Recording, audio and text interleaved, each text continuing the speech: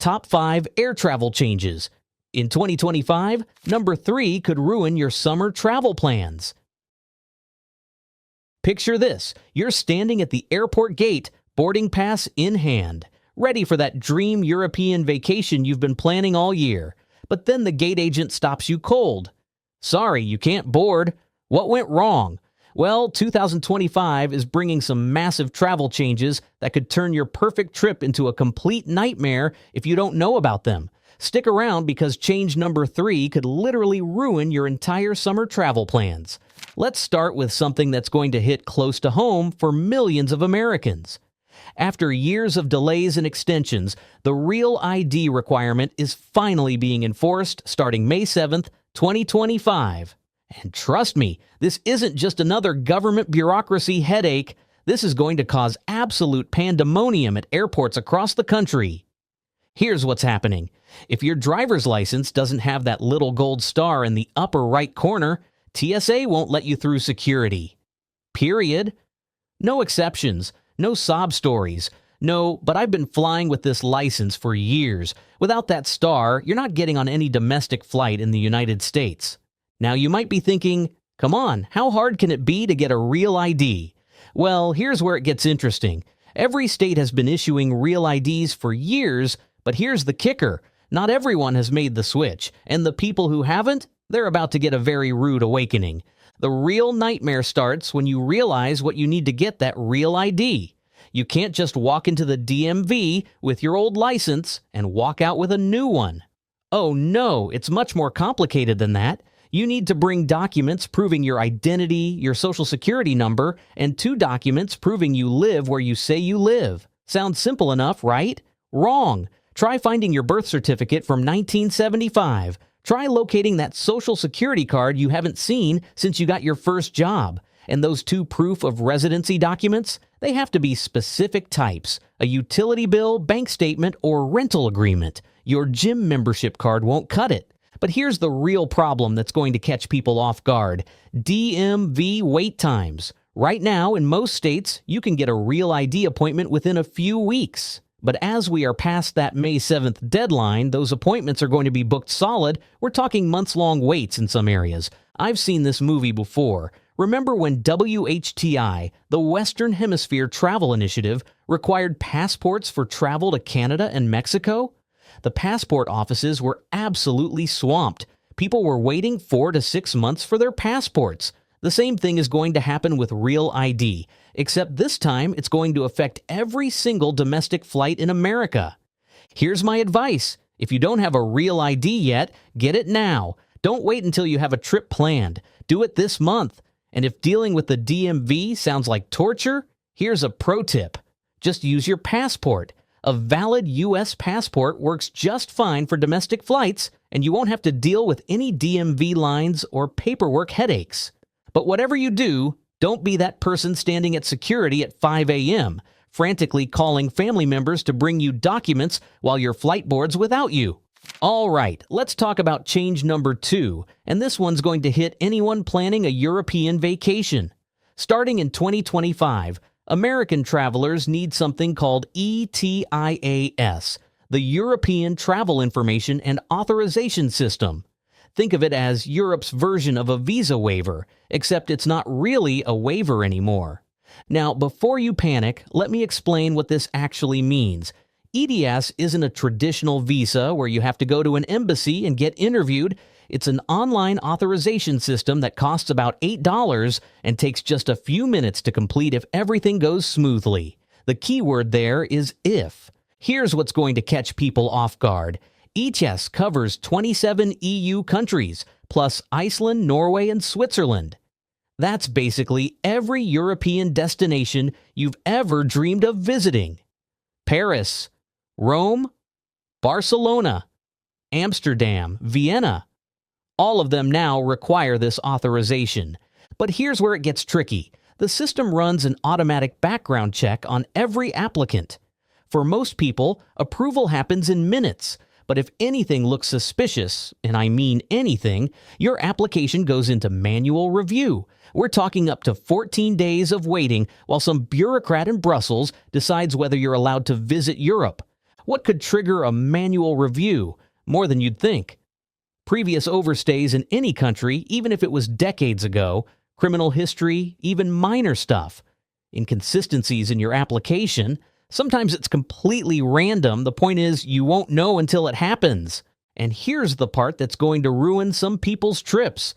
You need ETIS approval before you travel. Not when you arrive, not at the airport.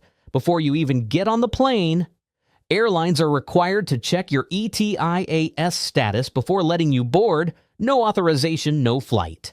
I can already see the disaster scenarios playing out. Someone books a last-minute trip to Italy, applies for ETIAS the day before their flight, gets flagged for manual review, and suddenly their $3,000 vacation is down the drain. The smart move? Apply for ETIAS as soon as you start thinking about a European trip. Don't wait until after you book flights and hotels. Get your authorization first, then plan your trip. ETIAS is valid for 3 years, so you can use it for multiple trips. And here's a pro tip that most people don't know. ETIAS isn't just for flights. If you're taking a cruise that stops in European ports, or a train from London to Paris, or even driving across the border from Switzerland to France, you need ETIAS. It covers all entry methods. The bottom line is this: Europe just added another layer of bureaucracy to your vacation planning. It's not the end of the world, but it's one more thing you have to think about, plan for, and potentially stress over. Now we get to change number 3, and this is the big one. This is the change that could absolutely devastate your summer travel plans if you're not prepared.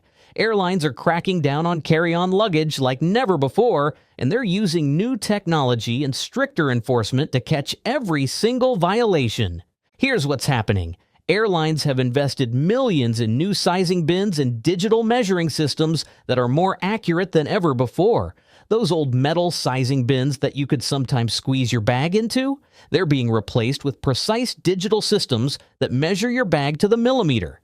But here's the really sneaky part. Some airlines are using sizing bins that are actually smaller than their official carry-on dimensions.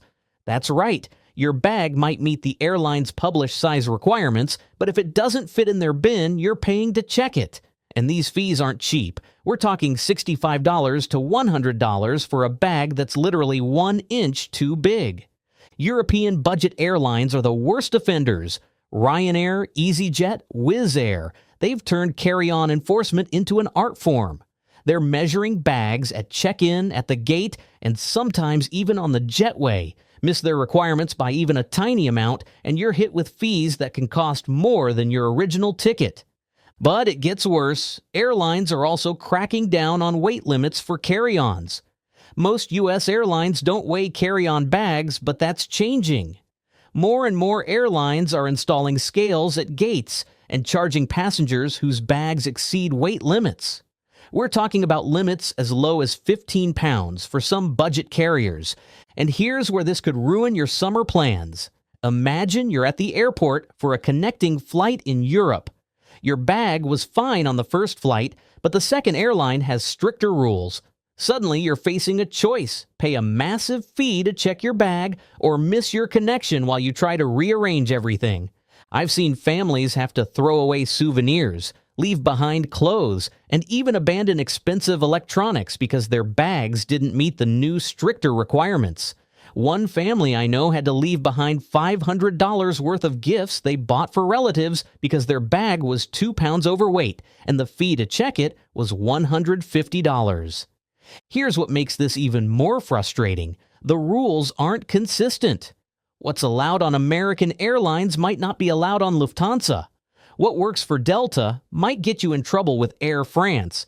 Every airline has slightly different size and weight limits, and they're all enforcing them more strictly than ever. So how do you protect yourself? First, invest in a good luggage scale and measure your bags at home. Second, stick to the most restrictive size limits, about 21 inches by 14 inches by 9 inches. That works for most airlines worldwide. Third, consider packing lighter and leaving room in your bag for souvenirs and purchases. But here's the real kicker. This crackdown is happening right as summer travel season approaches. Airports are going to be packed, tempers are going to be short, and gate agents are going to be strictly enforcing every rule. The combination of massive crowds and strict enforcement is a recipe for disaster. My advice? Pack like your summer vacation depends on it, because it does. One oversized bag could turn your dream trip into a nightmare of fees, delays, and missed connections.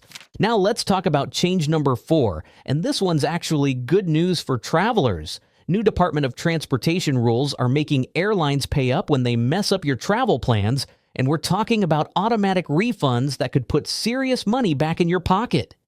Here's the deal. If your flight is delayed by 3 hours or more for domestic flights, or 6 hours or more for international flights, and you decide not to travel, the airline has to give you a full refund.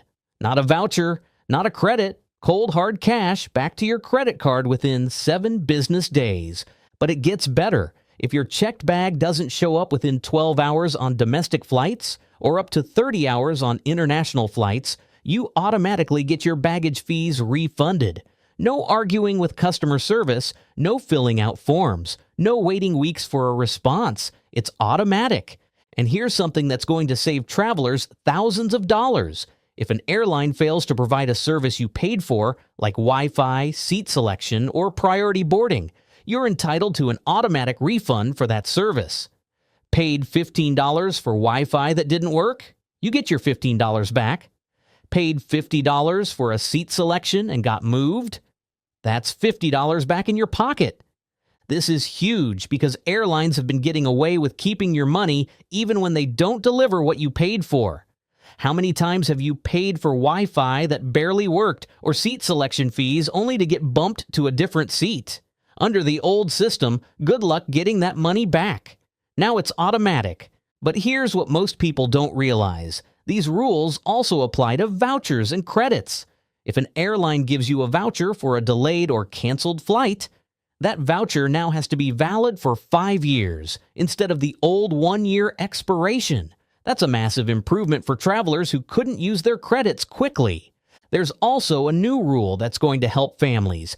Airlines now have to guarantee free seating for families with children under 13. No more paying extra fees just to sit next to your own kids. No more awkward negotiations with other passengers to switch seats. If you're traveling with young children, the airline has to seat you together at no extra charge. Here's a pro tip that could save you hundreds of dollars.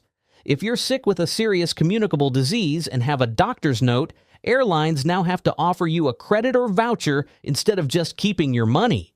This started in April 2025, and it's already helping travelers who get sick before their trips. The bottom line is this: airlines are finally being held accountable for their failures, and passengers are getting real compensation when things go wrong. It's about time. Finally, let's talk about change number 5. Airport security is getting some major upgrades in 2025, but the rollout is going to be uneven, and that could cause some confusion for travelers. The big news is that some airports are installing new 3D scanners that let you leave your laptop and liquids in your bag. Las Vegas is leading the charge with a self-service security system that could revolutionize how we go through checkpoints. Instead of fumbling around pulling out electronics in tiny bottles, you just put your bag on the belt and walk through. But here's the catch: this technology isn't being rolled out everywhere at once. TSA pre-check lanes are getting the upgrades first, while regular security lanes will have to wait. That means if you don't have pre-check, you're still stuck with the old system, while pre-check passengers breeze through with their new high-tech lanes. And it gets more complicated. Different airports are upgrading at different speeds. What's available at McCarran in Las Vegas might not be available at O'Hare in Chicago. You could have a smooth, futuristic security experience on your outbound flight and then get stuck with the old system on your return trip. International travelers are getting some relief too. Some airports like Dublin are eliminating the second security check for connecting flights if your origin airport meets certain security standards. That means if you're flying from the US to Europe with a connection in Dublin, you might be able to skip that second security screening entirely. But here's what's going to catch people off guard. The liquid rules are still in effect at most airports. Remember all that talk about the EU lifting the 100 milliliter liquid restriction? Well, that got reversed. After some scanner issues, Europe decided to stick with the old 3-1-1 rule. So don't pack that full-size shampoo bottle thinking you can bring it through security. You'll still have to toss it. The power bank rules are also getting stricter enforcement. After that scary incident in South Korea, where a power bank caught fire on a plane, airlines and security are being much more careful about battery-powered devices. Make sure your power bank is under 20,000 milliamp hours and keep it in your carry-on, never in checked luggage. Here's my advice for navigating these security changes. Download your airline's app and check for real-time updates on security wait times and procedures. Different airports are implementing changes at different times, and the app will give you the most current information. Also, consider getting TSA PreCheck if you don't have it already. With the new technology rolling out to pre-check lanes first, it's going to be an even bigger advantage than it already is. The $78 fee for 5 years of faster security is looking like an even better deal now. The bottom line is this: airport security is getting better, but the improvements are coming in waves. Some travelers will benefit immediately, while others will have to wait. Just don't assume that what worked at one airport will work at the next. So there you have it, the 5 biggest air travel changes coming in 2025 that every American traveler needs to know about. From real ID chaos to European authorization requirements to carry-on crackdowns that could cost you hundreds, this year is going to test even the most experienced travelers. But now that you know what's coming, you can plan ahead and avoid the disasters that are going to catch everyone else off guard. Safe travels, and remember, preparation is your best defense against travel chaos.